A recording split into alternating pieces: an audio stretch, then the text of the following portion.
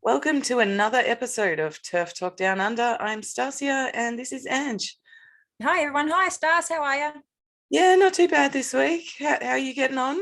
I'm good. Yeah, we had lunch with another TERF today, Stasia and I, so that was really nice. It's always good to meet people that we meet online in real life. So yeah, that was great. Yes, she could turn out to be a VIP TERF, I reckon, this one. Hopefully. Time will tell. Mm. Now, you had a interesting encounter with a friend, a story from a friend this week. Yeah, I had a friend ring me up and just, have a chit chat about what's been happening in his life. And he said that for the first time in a couple of years, his whole workplace got back together after COVID because they've been doing staggered shift and trying not to have everyone in the same building at the same time. Anyway, and he's got like 18, 20 people work in this workplace.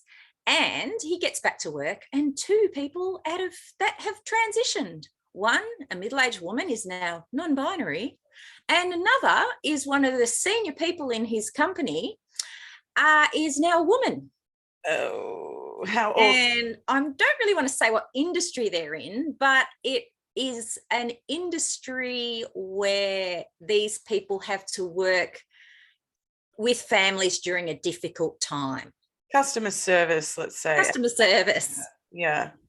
And so people will be having, choosing this person based on their previous identity as a very experienced man, only to have this woman turn up. And he was saying that not only is it really jarring because he's known these people for, over a decade, worked with them, and it's hard to get your head around and you worry about getting the pronouns wrong and making them uncomfortable and all that, walking on eggshells. But he also says that everyone in the business is really concerned about how that will impact on the business itself, that people go, ugh, because they've got a very unusual looking bloke in a wig, basically, because he's not going to have any surgery or hormones and he looks a bit... And so they're all really concerned about how that will impact on their business, but they're all speaking in whispers and they don't want, they don't want to cause a fuss. And they're all like, oh my God. And everyone is tiptoeing around this dude. And they've created a new change room just for him. Mm. So there's the men's change room and the women's change room, and he gets his special change room. And they're all walking on eggshells and they're all like, worried about the business, and nobody can talk about it. They're talking about it in whispers, one by one. Outrageous. It is outrageous. Like they're the most powerful victim group I've ever witnessed. Yep. And just like me, when my father-in-law came out, my friend's like, I didn't see this coming. I didn't see this guy. This guy's a normal guy. I've had a beer with him. Met the family, how is he a woman? Mm. And he couldn't even find the language to describe how he felt. So I'm in there going, well, he's a bloke. He's probably an AGP. It's a sexual fetish. And I'm trying to give him the language to describe what he was feeling because he couldn't even articulate it. And there was also, because he's a nice guy, he didn't want to offend. Yeah. And so like the impact these people are having is just, and they're making everybody uncomfortable, but nobody is game to say so. And I have heaps of people come tell me, because they know I talk about this stuff because I talk about it openly. So he's just one of many people that's contacted me personally because I'm the only person who gets it and who's not going to judge if they say this makes me feel really uncomfortable. Yeah, I think that's true for so many people. Like, I said this earlier today, they can feel it in the pit of their stomach. There's something not right here. It's really off, but they don't have the language or the concepts yet or the knowledge. Like the knowledge of autogynephilia, for example, that for me is what put it all in perspective, Yeah. And the whole non-binary, people don't understand it because it doesn't make sense because you're looking at a woman. Yeah. Oh mate, it's infuriating. And I'm going to say it again. Also, it reminds me of South Park. There was an episode a number of years back where Cartman, all he wanted was to be able to take a shit in peace at school, and there were always other kids in the toilet, And so he started identifying as gender fluid, and eventually the school gave him it converted this little like janitor's closet into his own very special toilet for the gender fluid guy. And, you know, it's all scam. It's all scam for special treatment. Yeah. Yep, it's a scam. Oh, man. Yeah. Wow. Well, the pronouns thing, he mentioned that in there as well. This story was from a couple of weeks ago. All these Victorian schools here in Australia have been sent a list of 18 pronouns and it's been sent out to thousands of schools around Victoria. And who wrote the guide? Wear it purple. So let me imagine being a teacher and having to remember all of this. Z Zem, Z here, AM, her here. No, sorry, here, Fay fair. See, there's one here that's spelled HU. How would you pronounce that? What do they mean? They don't mean anything. What? Well, why use them? Exactly. So HU. Because the kid comes to, yeah. Sorry. When I first read the one H that's spelled HU, in my head I pronounced it as huh. But that's what I would do too. Apparently, it's meant to be pronounced Hume and whom. Like, what the fuck? And they've even got Arabic, Chinese, and French ones. This is insane. Teachers need to say no to this. Parents need to say no to this. We can't do this without parents and teachers putting their foot down and saying enough. If the schools are getting it, then that implies that they're playing a role in affirming kids' gender, possibly without their parents even knowing. Yeah. Now that red flags everywhere. Well, we know that's happening a lot. We know from TikTok that that's happening a lot. And it's happening here in Australia too. Yeah, they've told on themselves. From what I'm aware, it's at the school's discretion. But who knows? You know, we don't know when they put in new legislation and new rules. The thing is with Wear It Purple, -18, all these youth-oriented, mental health services, they are all just out there converting kids. They're all out there introducing the concept of gender identity to children, often children with complex mental health issues. And what kid doesn't have mental health issues in this post-pandemic world, but also as a natural part of the awkwardness of adolescence? Absolutely. And hey, I was just watching something earlier today about social media quite possibly is increasing the number of people that have cluster B personality disorders like narcissism and antisocial personality disorder and borderline personality disorder. I know that's a controversial one, but because you know that their life is filtered through social media. And false affirmation from, strangers on the internet. It's a powerful drug. Mm-hmm. And for people with low self-esteem or with mental health issues, they can create a persona, which is what's happening with the trans stuff, that gets the attention that maybe they're not getting at home. Yeah. Oh, it's scary stuff. We're in for a bumpy ride, I reckon. Certainly are. When this generation gets into power, fucking hell, it may well look very much like totalitarianism. Well, the boomers aren't all dead yet, so Generation X is up next, and I'm part of that generation. So we'll see. Maybe we can nip this in the bud. Hope so. We don't take a lot of shit, Gen X. We need to take all these kids and make them work on cattle farms or something for Make them pick fruit for a year.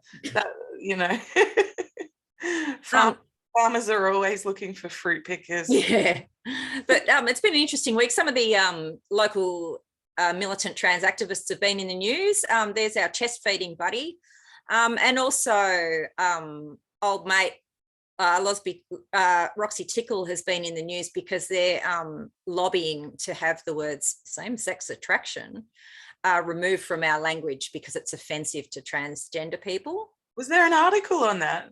No, he's just been tweeting it madly, but it goes in with what the ABC did, and they apologised for using the term same-sex attraction at Mardi Gras, which is a gay and lesbian event. Yeah, so there's this real push by the transgender community to remove same-sex attraction from language because it's offensive, and they're not hiding it.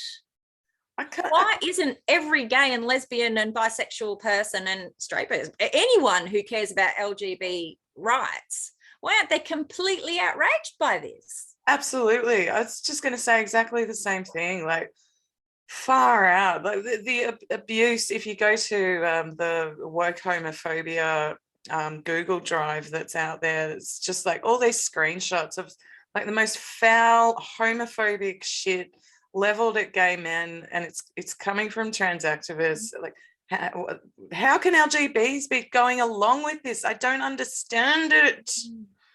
I think a lot aren't, but like my friend who doesn't want to cause a fuss, I think people live in fear. They're afraid to speak up. They don't want to, you know, they're happier walking on eggshells than they are defending their own rights. But shit, you know, I was around when AIDS was happening.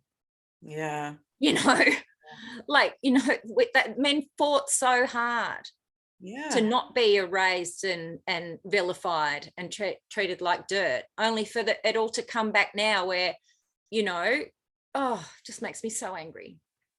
I hear ya. Speaking of gay men, oh my God, this was so funny. This happened in Melbourne in Wyndham City Council. They commissioned, look, I'm guessing he's a gay man. All they said in the article was that he's LGBT. So he was commissioned to do this mural. I saw that.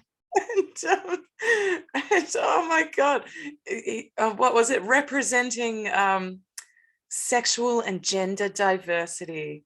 And he's painted all these beautiful flowers. And in the center of the flowers, where the stamen of a flower might be, is fucking bell ends, penis knobs all over this. Big erect penises in a public mural. Oh, they weren't all erect, and some were like, he'd done them so that they were like just peeking out of a foreskin. Yeah. It was so ridiculous. But oh my God, does it not just like 100% sum up what gender diversity is all about? It is all about the dick. The dick, yeah. But, you know, how could they even think that's appropriate to stick on a wall in a public shopping centre or whatever it is? My God. And the number People don't want to see dick. It's not that you're a prude. You don't want to walk down the street and see a dick. Yeah. Oh, mate, it was so funny. I really cracked up at that one. Oh, it's just ridiculous. But fucking hell, the comments were all, a large number of the comments on the Wyndham City Council Facebook page were, oh, it's a beautiful little piece of artwork, you should leave it up, and why, you know, and what's with the moral panic? It's so fucking hell. People have lost the plot. They have. I remember walking past with my little kid, my son was a little toddler, walking past that Honey Birdette lingerie shop. And they've got quite suggestive pictures on the front of their shop. It looks like, you know, a porn magazine, basically. And I remember him walking along and then looking to the side of him, and there was this big set of boobs and, you know, people in whips and stuff like that. And I remember the look on his face was like, oh, wow. And he was a little boy. He was about 4. Like, he knew that that was not something that he should really want to be seeing. And I'll never forget, I wish I'd had a camera, because it would have been a great picture to have him walking past that, and the look on his face was absolute, like, Wow. Disgust, but it was just like, oh, I don't want to see that. It was really bizarre. That's So really interesting. I don't want to see it. So naturally they go, oh, it's not because they're prudes. It's because it's intimate, it's personal, and you're just doing your shopping. I don't know. I think it's also that there is something off about it, you know, and you just reminded me of something that happened when I was hanging out with this little like 4 or 5-year-old, and we were looking, and I think it was a boy, and we were looking through a magazine, and it was like, you know, Women's Weekly or something like that, and there had just been some celebrity event where they all get dressed up, and so there's all these pictures of women in their dresses, right? And I pointed at like a really sexy one, and I was like, what do you reckon of that one? And this little boy's just gone, and he pointed at one that was like this big ball gown, you know, that it wasn't like revealing this woman's breasts weren't hanging out, and he was much more interested in that than looking at this woman dressed in freaking overly revealing clothing, you know. Well, exhibitionism, you know, your natural, like I've been flashed at, right, in the street by a pervert, and he dropped it, and your instinct is, oh, and to cover your eyes. Yeah. It's not normal to see genitals and breasts and stuff in the street. Yeah. But, you know, and that's why, like, taking kids to Mardi Gras and taking kids to these fucking pride events, I'm like, oh, you know, men in their there's a lot of nudity and stuff, and it's great, but it's always that hypersexualized nudity. It's not taste. I take my kids to art gallery to look at naked people all the time. So it's not about the nakedness, it's about the sexuality, and it's something grimy about it. And it's not suitable for kids. And that picture of the flowers with the dicks in them, there's something grimy about that. Absolutely grimy, something a bit ugh. And it's instinctive. It's instinctive that it's grimy. And that's that same instinct that when you see a man dressed as a woman, and you just know in your bones that that's a man. Yeah. It's that same instinct that kicks in. It's you've got no control over it. It's just that. Ugh. Yeah. I agree 100%. Speaking of the breastfeeding man, what was his name? Jennifer Buckley. Jennifer Buckley. I've been fighting with him for 4 years on Facebook. So to see him in the news was somewhat vindicating. Oh my God. Okay. So this guy, it happened 3 or 4 years ago. His son was born, and he went to his doctor before the baby was born and said, I want to be able to breastfeed my son. And the doctors warned him, no, don't do that. And, so he sought out an endocrinologist that would go along with it. I should have copied the endocrinologist's name to shame them, because this is disgusting. So he was able to produce some milk, not much. Milk in inverted commas, because they don't know what's in the milk. The milk pus or whatever it is. The mother, I think she initially was breastfeeding, so I think the baby got the colostrum, I think, and then she had bits of placenta still inside her womb, and when that happens, your milk ducts shut down, something happens with your hormones, and you stop producing milk. Is that right? Didn't happen to me. I guess it can. I don't know, but I had that and it didn't happen to me. Oh, anyway, okay. Well, maybe that's his story. Well, she got quite sick from having bits of placenta still in her, and had to go back to hospital. And so this creepy man breastfed his child for like a week or something, and then it was like he just wasn't producing enough. They had to get the baby onto formula, and oh man, it was just gross. Taking lots of photos of it. Yeah. So yeah, he decided to speak to a journalist, and that's where things got interesting. What an idiot. And this happened on the Facebook page that I run, the Coalition for Biological Reality.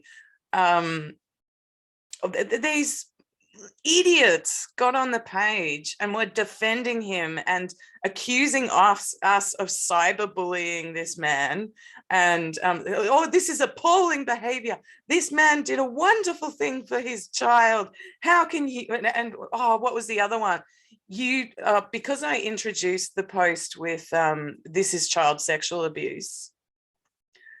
Some asshole in the comments says, oh, trust TERFs to make it into a sexual thing, to make breastfeeding into a sexual thing. Like, fuck me down dead. Like, this is the level of understanding of these people. Okay, it is a sexual thing because that man, I'm pretty sure, fits the typology of autogynephilia.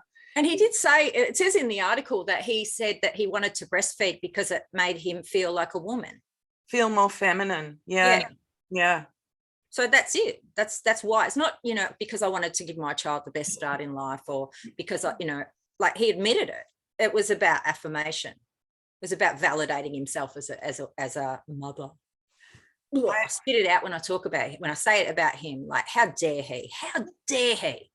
Yeah. I reckon that guy was expecting the general public and the responses to that article to be, oh my God, how wonderful. And they weren't. They were, the responses were overwhelmingly, that is repulsive. Men should not be doing that. And that's why the mainstream media in Australia didn't pick it up. That's why it was a UK publication that picked it up. Other things that disturbed me in it is that he admitted in the article that he went against medical advice to chest feed this baby. And he works as a paramedic. That also was mentioned in the article. Now, if you were in an emergency, would you want a paramedic who is admitted to going against medical advice regarding a newborn infant? Would you want him attending you? Because I wouldn't. Mate, oh my God. So I think there's a few complaints to AHPRA, the Australian Health Regulatory Association, in order, because that guy is negligent. Just appalling. And what really pissed me off was a whole bunch of those trolls reported the post, and I copped a 24-hour ban because I had introduced it as this is child sexual abuse. Fucking Facebook upheld the complaints and put it down as hate speech. It is now hate speech to describe what these fucking assholes are doing. And that just brings me back to what Graham Linehan says. This is the new priest class that we're not allowed to criticize, just like what happened when the priests were molesting children and raping children. No one was allowed to talk about it. Like, for decades that went on. And no one. You know why? It's because the churches are so wealthy. And this is the reason why we're not allowed to talk about the trans stuff, because of the wealthy interests behind all this. The ones that are telling the media what to write, what not to write. This is why we can't talk about it. There is power behind this. I mean, fuck me down dead. All these people talk about power structures all the time. Jesus. Well, there's, the journalists have said that they've never known censorship like this. Yeah. Like, experienced journalists have said to me, I've never seen censorship like this. Wow. And imagine all of the things that you could be talking about. Yeah. All right. I've got one more thing to say about that, so remind me afterwards, but our guest has arrived, so I'm going to bring we have a very harrowing story from tonight's guest. This is Margo joining us. Hello. Melbourne. Hi, Margo. How are you going? Hi. Hello. Welcome. It's good to see you. Yes. Are you warm? Yes. Not really. Oh. Now, I was just saying, yours is quite a harrowing story. So why don't you tell us, a bit about yourself and where you live and lay it on us? Yes, I'm a public housing resident in the outskirts of Melbourne, semi-rural, lovely town, lovely village community. I actually fought to get into this place because I already had connections here and activities here. I'm in a community choir. I do work with the local op shop. I walk dogs for my neighbors, and I have lovely, absolutely lovely contacts all around me. So the Department of Housing allowed me to choose, because you cannot choose, you just have to be, any unit that they allocate to you, you just have to take, and if not, you go to the bottom of the waiting list. So there's no choice there. And also you cannot choose your neighbors, but I already had some friends here in the units. It's a small setup of 24 one-bedroom units, and it's a lovely little oasis, actually, just away from the street. We have our own little community here, no passing traffic, and close to the shops, close to the railway station. It's absolutely perfect for me. And I've happily lived here for, it will be 9 years in September. I've never lived anywhere this long. I've been a bit of a rolling stone in my life.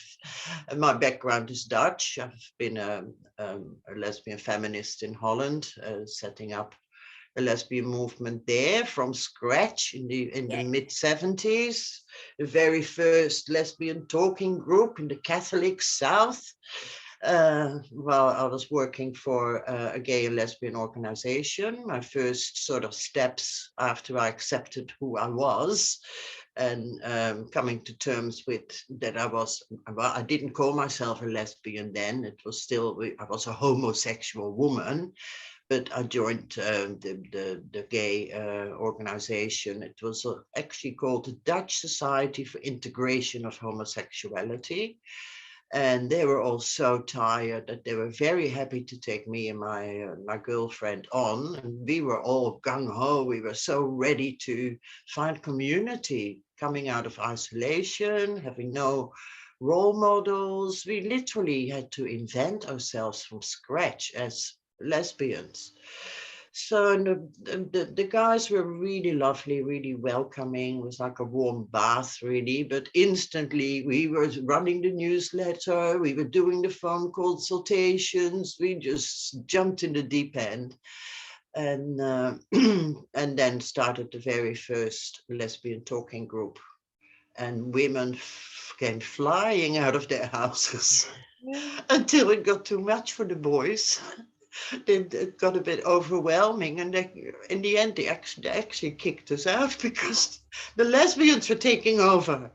But it was all about women coming to terms with their sexuality, and lots of talking, lots of analyzing, lots of looking at our parents too. A lot of us had lost our families, lost our religious communities. I was raised Roman Catholic, and literally lost everything when I came out, including my nursing job. I was sacked by Catholic nuns when they found out I had a girlfriend. And we all came with a story, and from isolation too, and really needed to create women's community, and that sort of evolved into joining with the political feminists together, and then the women's movement, women's liberation movement, sort of really exploded there in the South. It was like everybody was waiting for it, and then first Liberation House opened, and it went from there. It was a very innovating time, really celebrating that women finally got together and dances and got involved in politics and lots of discussions. God, we talked so much, and really analyzing society and our role in society. And it was not just lesbians, there were lots of housewives coming there and older women. They started the radical therapy groups, all sorts of courses. First course is how to say no, because no woman could say no. That was really the first course that we started to run. Self-defense. It was just, very, very important time. And I moved on from there to another city, a university city that was more radical, and joined into setting up women's cafes, women's bookshops, lots of work, analyzing work, doing manifestations in the street theater. I could write a book about it, and I will. But yeah, I'm thinking of the time here, what happened here, because and the whole trans debate as well. And actually, last night I thought back when I first was confronted with, well, transsexuals, we called them then, that they actually started to come to our places as well. And it goes, for me, it goes back to 1979. That I was in a national meeting in the Women's Liberation House in Amsterdam with all representatives from the whole of Holland. About 60 to 80 women were sitting there. And I went there with a friend of mine who was setting up a women's health center, to talk about setting up more women's health centers around the country, because we felt that also doctors were abusing us and we had no power in how we dealt with our health. We had no say, that they had that sort of hierarchical, my Dutch tongue is not good with pronouncing that word, but yeah, to break through the power relationship around the medical world, that we were just being medicated left, right, and center. A lot of women were on Valium. The contraception debate came in, the fight for the pill, abortion. So she was very busy with that. I was more into setting up a cultural network and running women's newsletters and housing too. Setting up, we actually squatted houses for women's refuges because nobody was doing anything about it. So we got involved in the squatters movement, but also the anti-nuclear movement, you name it. When there was a political group, women were part of it. And it was at that meeting where I went to with her that we walked in, really great bunch of women all sitting around, big room, big circle, all ready to, yeah, really start having a really good meeting and set things up nationally, when she started screaming. And I can still, literally last night, that scream lives in my body. I can still hear her scream. And she pointed at a woman who was sitting there and she said, "That is a man." Yeah. And then she said, "And it's my ex-boyfriend." Oh, God. Wow. And I knew her story. It was actually a man she'd been in a relationship with for 5 years, and he held her prisoner. Yeah. Yeah. She was absolutely captured by him, and he even aligned himself with her mother. So there were the two of them who tried to direct her in her life. And she took a year to plan and plot to get away from him because he shadowed her. She had no space to herself. He was following her. She could not get away out of the house without him. And we knew that story. She shared that with us.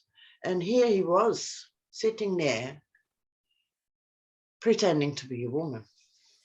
And all the women, it was an enormous chaos. She's screaming. I took her out in the backyard and she screamed her head off. She was so traumatized by that.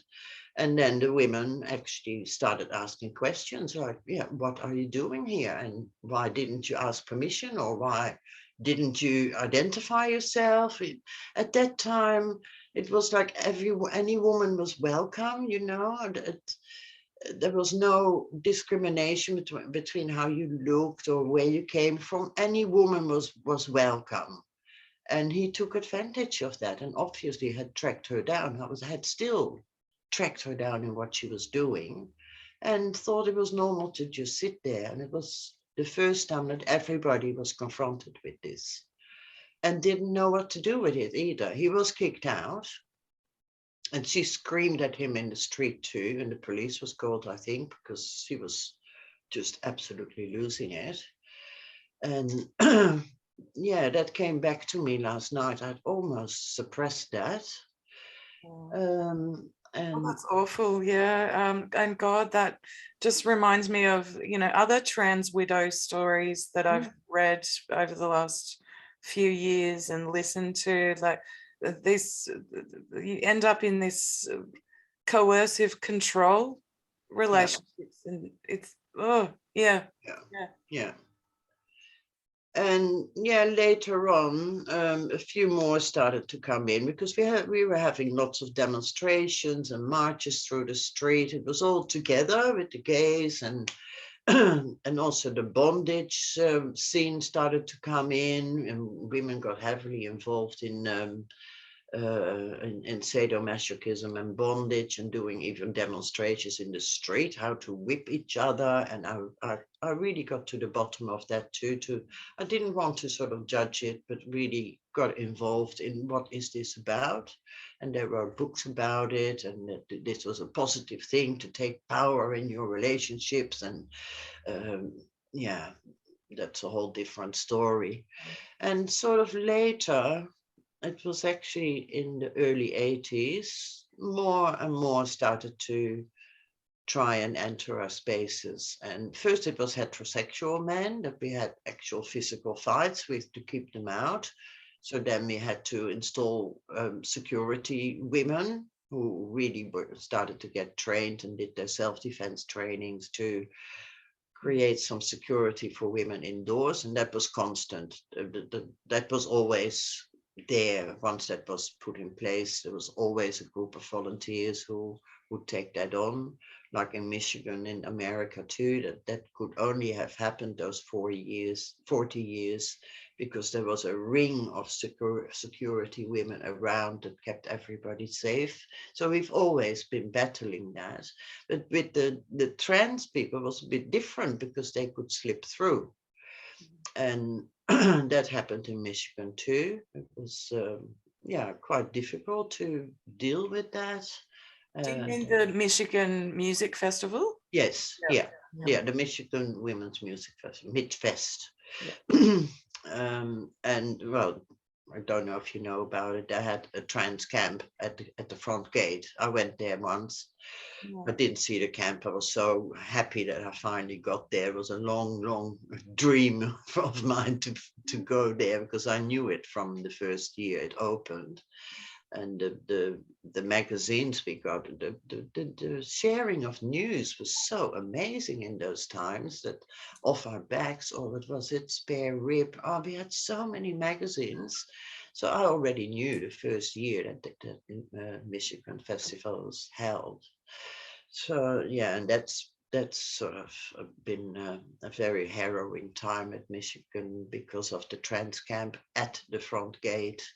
There's quite a lot of absolute pigs, aggressive men who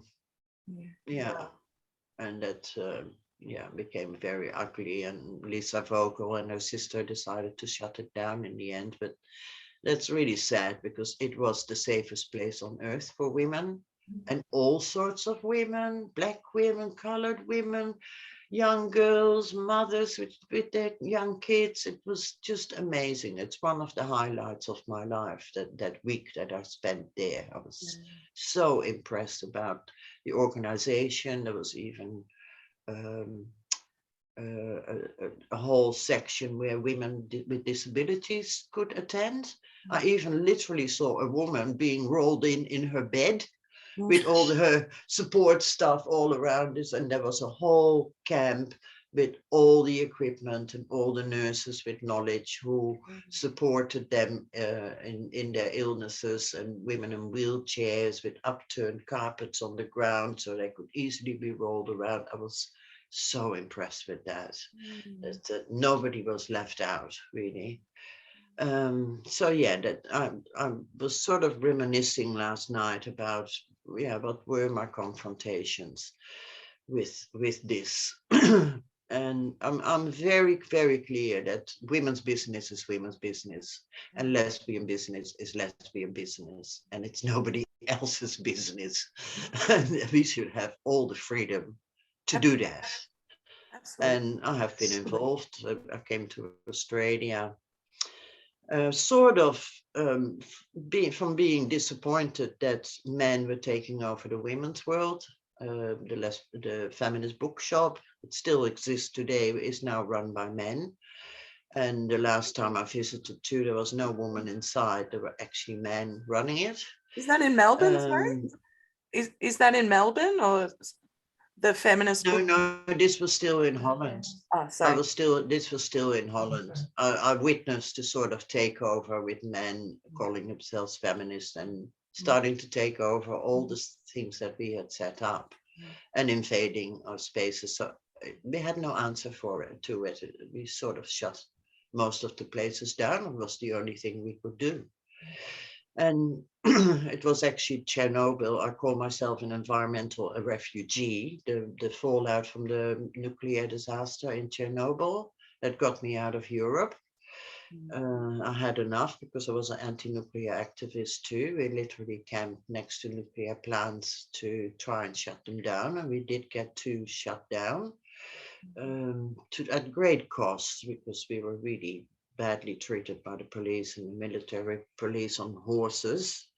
But anyway, that's a long story short. And I did decide to make the jump to Australia because it was all starting here in the late 80s. The whole women's movement was sort of beginning, and especially lesbian movement was just really, just forming. And I ended up living in the Blue Mountains, and that was a fantastic place with the best women's health center in the world. Truly, I feel so blessed that I could use their services for many, many years. I was there for 20 years. But still, from the early beginnings, there was one warehouse that had a little cafe in a corner, and that's where lesbians would meet, and friends of Dorothy's, we called ourselves. But also meeting incredible women and lesbians in the community who set up fantastic women's services. Childcare centers, mother and childcare centers,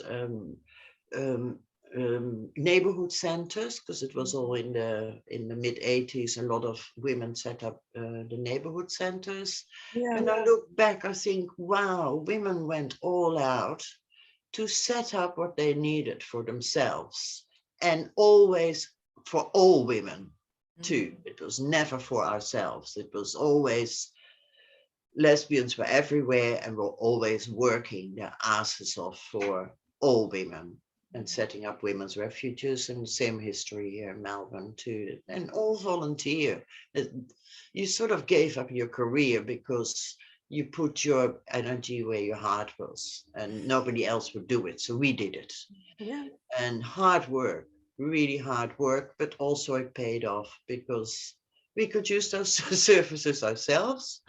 And next to it then had our women's dances, and bushwalks. Was a very, very thriving bushwalking scene in the Blue Mountains where we could meet up. And so, yeah, that's not much of that exists anymore either. No. Because then it was all lesbian and gay rights. It was very strong in Sydney. They've done fantastic work. The AIDS crisis hit, where lesbians and gays had sort of already separated, but then the gays were hit by the AIDS crisis. I watched many, many men die too. It was just horrendous what happened there, and the lesbians really came to the rescue. There was a lot of women who really put themselves out because nobody wanted to touch them. Everybody was really scared of this disease. And a lot of women really overcame the barriers with the gay guys and cared for a lot of dying men, including me. So yeah, when it comes down to it, we're pretty caring women, you know. And in the meantime, still keeping our lesbian community happening as well. So that's when the big trauma happened. We wanted our own lesbian space. So have you heard of the Lesbian Space Project? I have, yeah. But We wanted to buy a house. yeah, tell us anyway. Yeah. For years we did fundraising. Well, we had a fantastic lesbian conference in 1991 in Sydney. It lasted 10 days, I think, in the end. And we rented out the opera house and filled it with 3,000 women and blew up the roof just about from sheer energies. And that brought also a lot of women out of the woodworks and helped them overcome barriers to really enter this space and become empowered and affirmed by each other.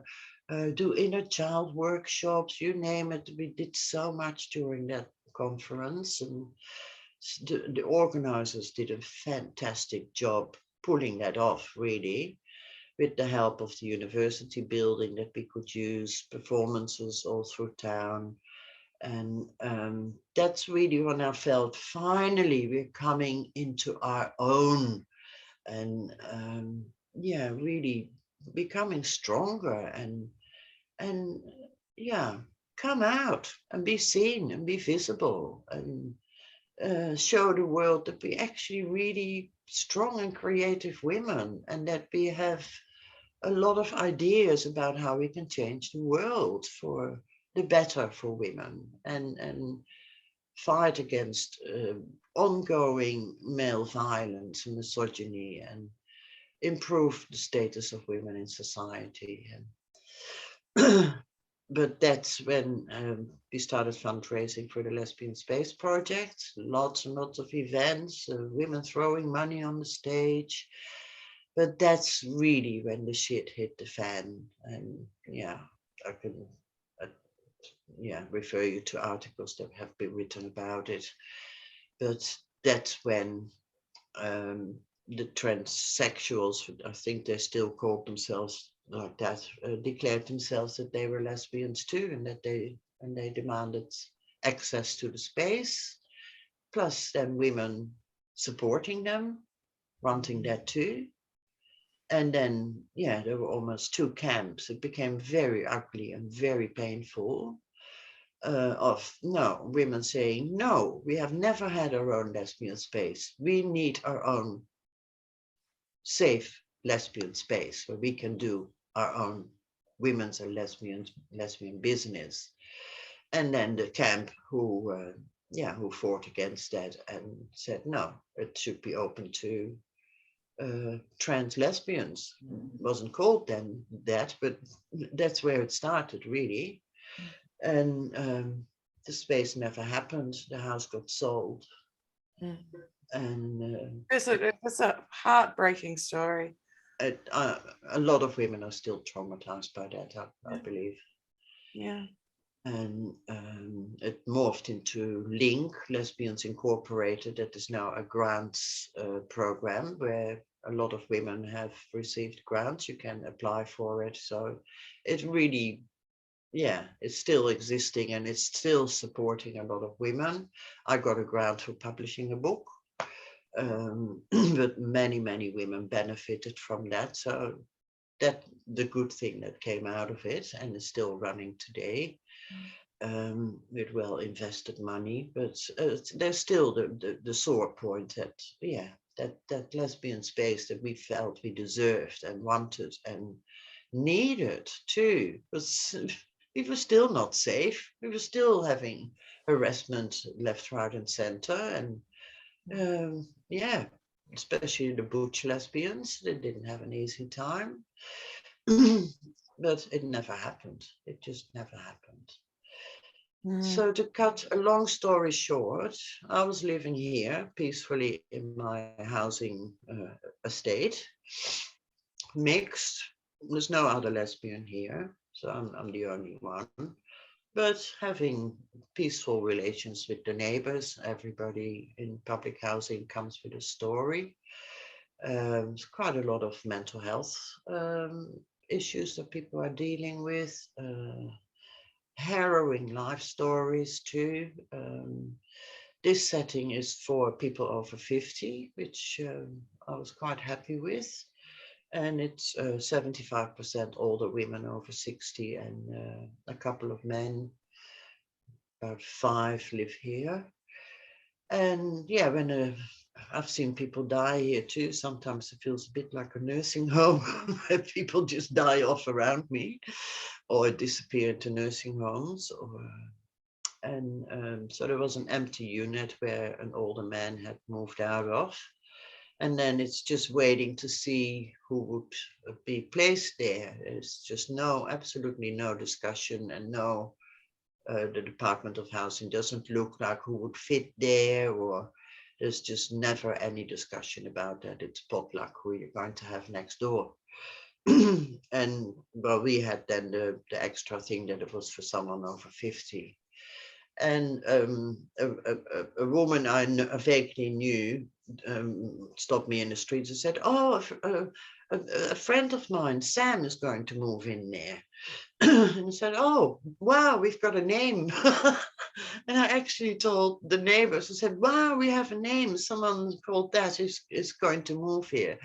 And okay, yeah, so they could prepare themselves a bit, because there's 3 women living. I'm a bit away from that section. So yeah, one day this man arrived, and yeah, people were welcoming.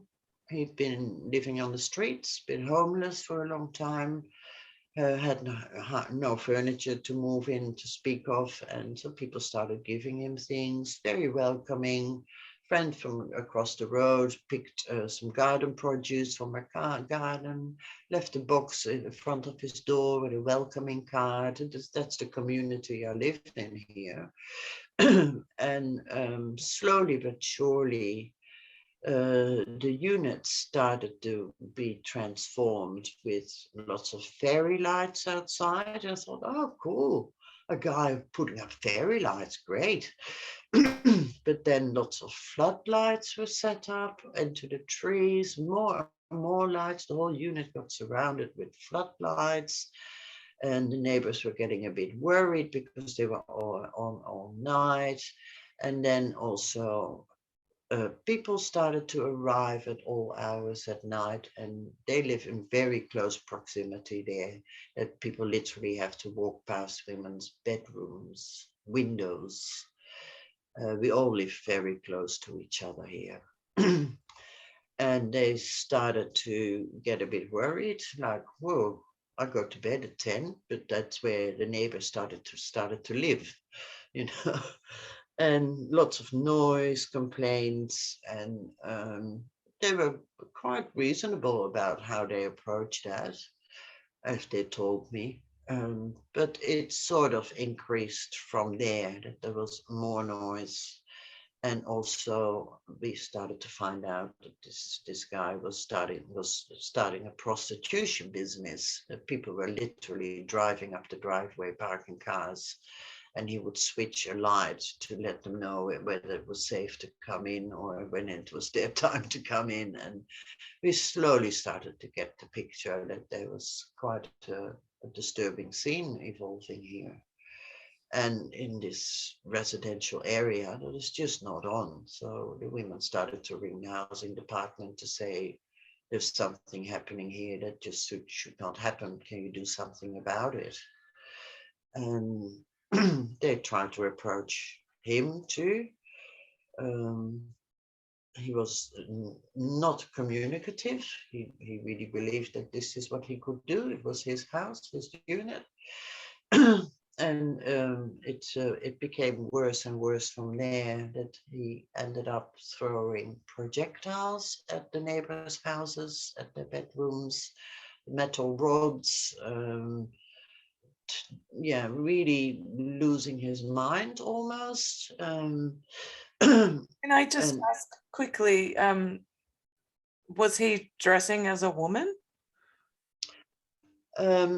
I don't have a full view from to those units from where I live, but one night I did walk back from across the road from the neighbors that I'm involved with, And I did see a real scene of the door open with a light behind it, and he was standing in front of the screen door. And it was like I was walking through a red light district. He was standing in the doorway. Yeah, really waiting really like that, with a totally dressed up and waiting for the customers. And this is a trans identifying man? At that time, we weren't sure. We had no idea who we were dealing with, because during the day it was quiet, and he would walk through the village like a shadow. Quite a butch-looking person, hoodie, cap on. Actually, in all those 6 months that this has been going on, I have never seen his face, never looked in his eyes. He always went through the back alleys and then to the station. He would sit at the far end of the platform. I saw him there twice, just like a shadow moving through the village. And I tried to actually catch him. I thought, I've got to talk to this guy. I've got to find out what is going on and who he is. And he actually then, he felt where I was sort of accidentally walking around with a dog or something, and he would literally then find another way to not bump into me. So obviously he was very skilled in doing that and had been doing that before. So I've never really confronted him. I just wanted to I practice what I would say to him, like, gee, what's going on, and can we do anything for you? Are you in the right place? But no, there was no way you could actually catch him during the day, and he was always away. And then at night, always after midnight or after 2 or 3 a.m., he started an absolutely terror campaign against all of us with projectiles. He had a shooting device that he could shoot metal objects with. Also the back neighbors. He started blowing up aerosol cans that were really loud explosions, fire making in his backyard, banging doors. He smashed all his windows. It just went on and on and on from there. It increased every night. We were in lockdown too. We could not escape. And the next door neighbor, she really copped it from him. He really bombarded her unit with lots and lots of projectiles, glass, crockery. It was like a tip around there. Everything was broken glass, batteries, all sorts of objects he shot at her. And also he stood next to her bedroom one night, in detailed whispering, telling through the window how he was going to rape her. And that's when all those women over there got onto the Department of Housing and started ringing like crazy, and ringing the police, ringing the fire brigade, ringing the ambulance even. I have never seen so many police arriving here, and fire brigade, ambulance. They really got sick of it too, hundreds of times, really hundreds of times. Every night, every day, those women kept ringing the housing department. After about 3 months, they decided to come out and talk. They came, 2 officers with lanyards around their necks. They came with police protection. Wow. And talked, went inside one of the units. I was more into a role of supporting these women. I did not want to disempower them. They were dealing with it. So I was supporting them emotionally, and I was not present at that meeting. But well, they presented them with a list of things that they had experienced, and the housing officers literally admitted they had made a mistake, that he should not have been placed here. He was not 50. He was under 50. He had a background with psychiatric problems. And we also found out that he had firebombed a house before he came here, and that he had gone to jail for that for 3 months. And they apologized that it was wrong that he was living here, and said that they were working on finding a different unit for him. Wow. That didn't happen. And every night the situation escalated. After 3 a.m., when it was dead quiet and everybody was asleep, he started his rampages and screaming sessions, banging doors. I woke up in my sleep every night from banging, screaming, abusing. I started to go to bed at 7 o'clock, so I would be awake when he started. It literally every night. It was very scary, very, you felt like a locked up animal and you couldn't do anything. We could not escape. The next door neighbor was actually rescued by her brother. He just came one day with a truck. They loaded all her stuff in and she moved out. So he was like a man by day and lady of the night by night, was he? Yes. Yeah, right. You could say that. Okay. Yeah, it was like that. Took on the persona of an evening, for his business. Yeah. Oof. Yeah. Yeah. Yeah, that's what it was like. Mm. Wow. And then anyone who tried to sabotage that could cop the full reign of terror, absolute terror, including the back neighbors. He shot at their elderly dog. He actually literally had a device he could shoot with and load with bolts and nails and all sorts of metal objects. And it was like a gun, really. He walked around with a gas gun. What do you call that? Those high pressure gas guns he walked with. He had something with fire. He tried to burn through gas pipes as well. The women were absolutely terrified. They were going to be blown up. At one stage, nobody at housing department would answer their calls anymore. We were literally stonewalled.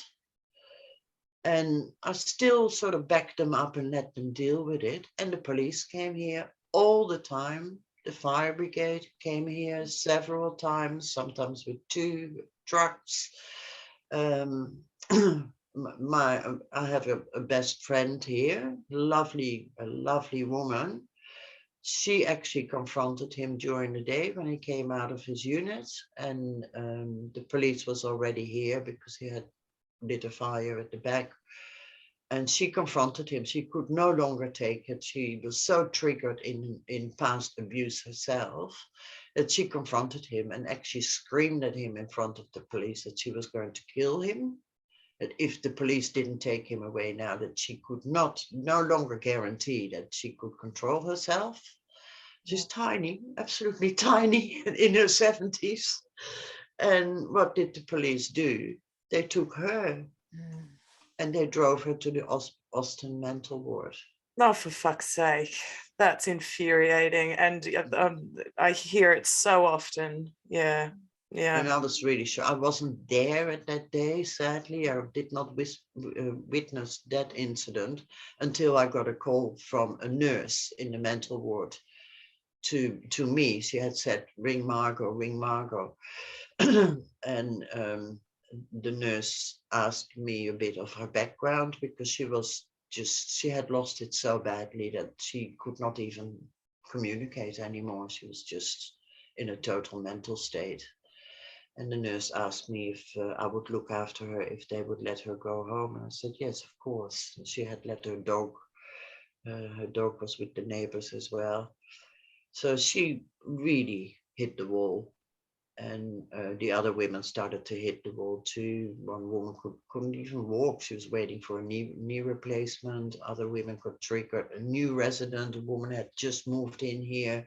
She said, I want to move out. I want to move out. It's just everybody was affected, really, really deeply affected by this, including the people in the street, across the street. And everybody could hear his rampage and screaming every night, and it got worse. Every time I thought, oh, surely he's hit the top of what he's capable of. No, it got worse. and especially those explosions with paint cans or whatever. He seems to be an expert with that. And it was literally like a bomb. A bomb went off. That stonewalling by the department was horrendous. So I started ringing too. I picked up the phone, and I literally, and those workers were working from home too, and probably dealing with quite a few situations of people going through the COVID pandemic and being in lockdown. She was shaking. She said, and we know what's going on. The police has rung us. The fire brigade has rung us too. Everybody was on their backs to do something about the situation. Neighbors across the road, everybody had been ringing like crazy, like this has to stop. And she said, our hands are tied. We cannot do anything. Why? Why were their hands tied? He was protected. Protected. And why do you think he was protected? Well, that's what I tried to get out of her too. I said, well, what do you mean? Who's behind this then? And what can we do to break through that as well? And she said, I cannot go into details, but we cannot act. In other words, you're stuck with it.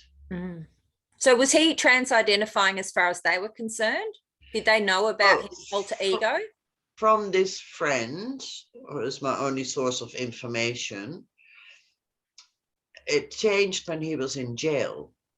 He started to identify when he was in jail, because he said, oh, it's so strange. And he came out and he told everybody he was a girl. Not a woman, but a girl. And she said, oh, that's a bit strange. So he identified as a woman when it was convenient for him, like when he wanted to turn tricks, or when he wanted special treatment from the department. But the rest of the time he was happy to use the privilege of walking through life as the man that he was. Yes. And going unnoticed. Yes. Well, people knew him from sitting at Coles because he was begging for money there. He was quite known from sitting there with a little plant. Hello, I'm homeless. He even did that while he was living here. He sat there with this little board. Oh, hello, I'm homeless. I've had a hard time. See, this is the problem. This is the problem with self-ID. This is my big argument, that it will be abused by men. It will be abused by people like with mental illnesses.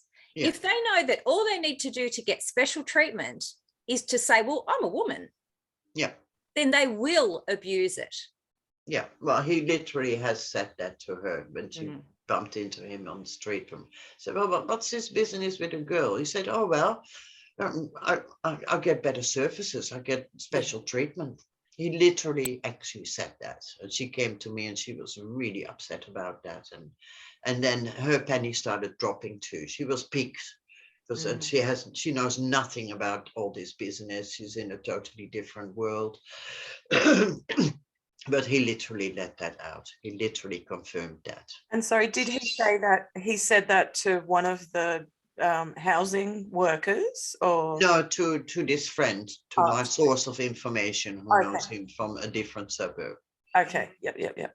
Yeah, not really good friends, but she knows him from the street life. And we've only got about another 5 minutes left, Margo. So okay. Well, to make a long story short, because I'm very activated, and the PTSD is working too, because I've had a really bad night last night over this.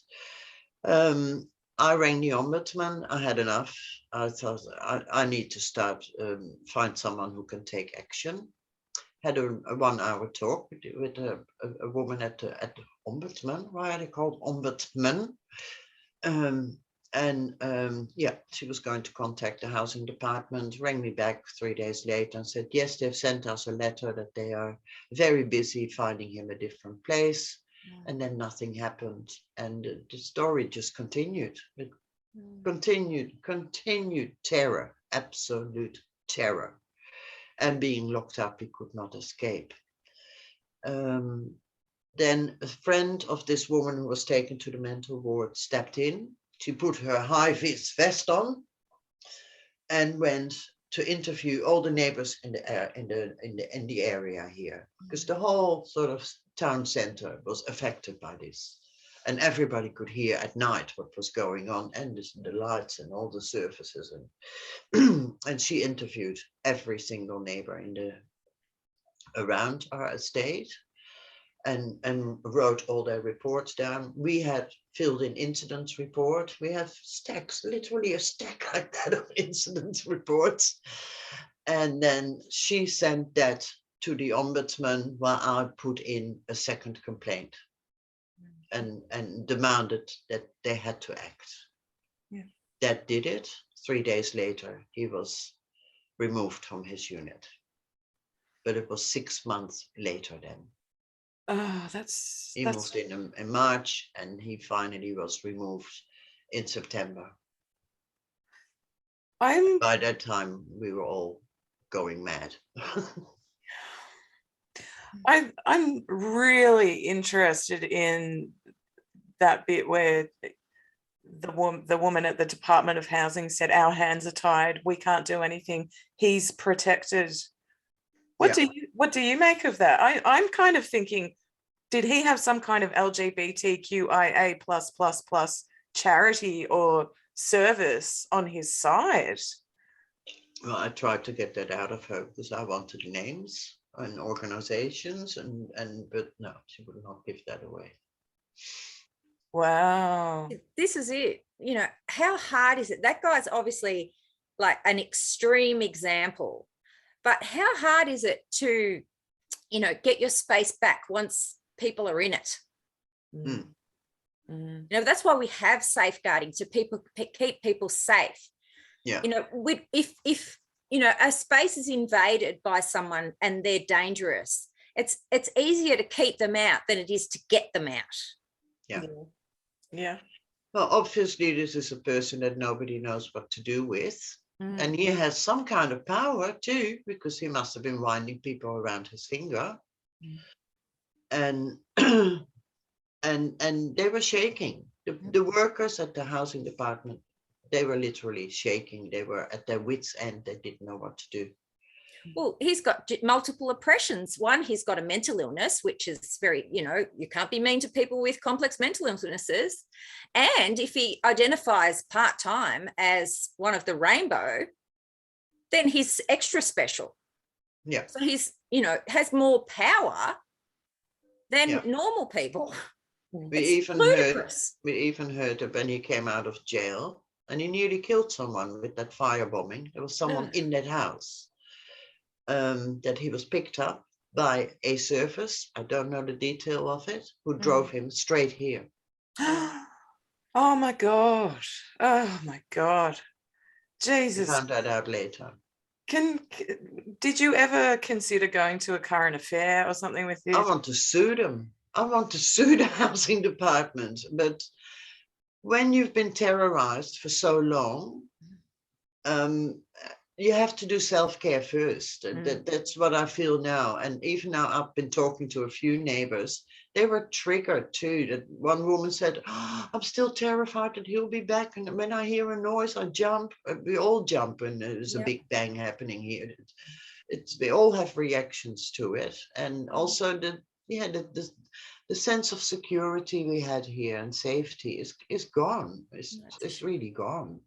We feel quite vulnerable, actually. Oh, so sorry.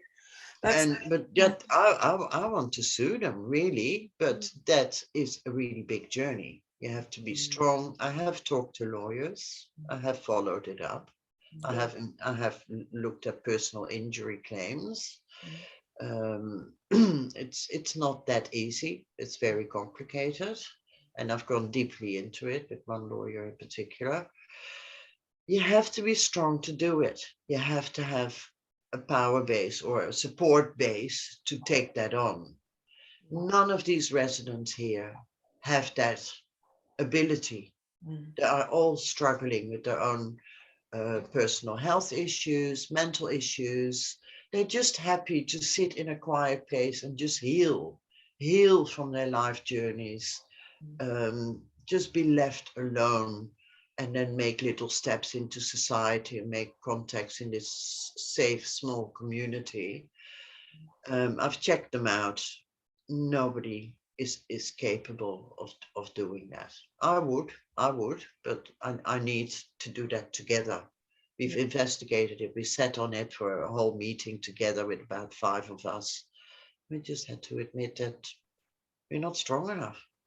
Yeah, it's a big call, but I don't know if it would help to get your story on something like a current affair or something. Yeah, someone mentioned that.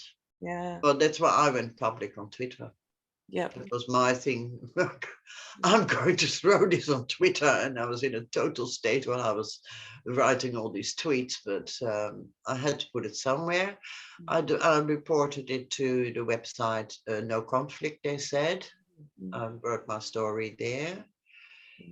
But I'm still sitting on it. I'm still, it's not finished.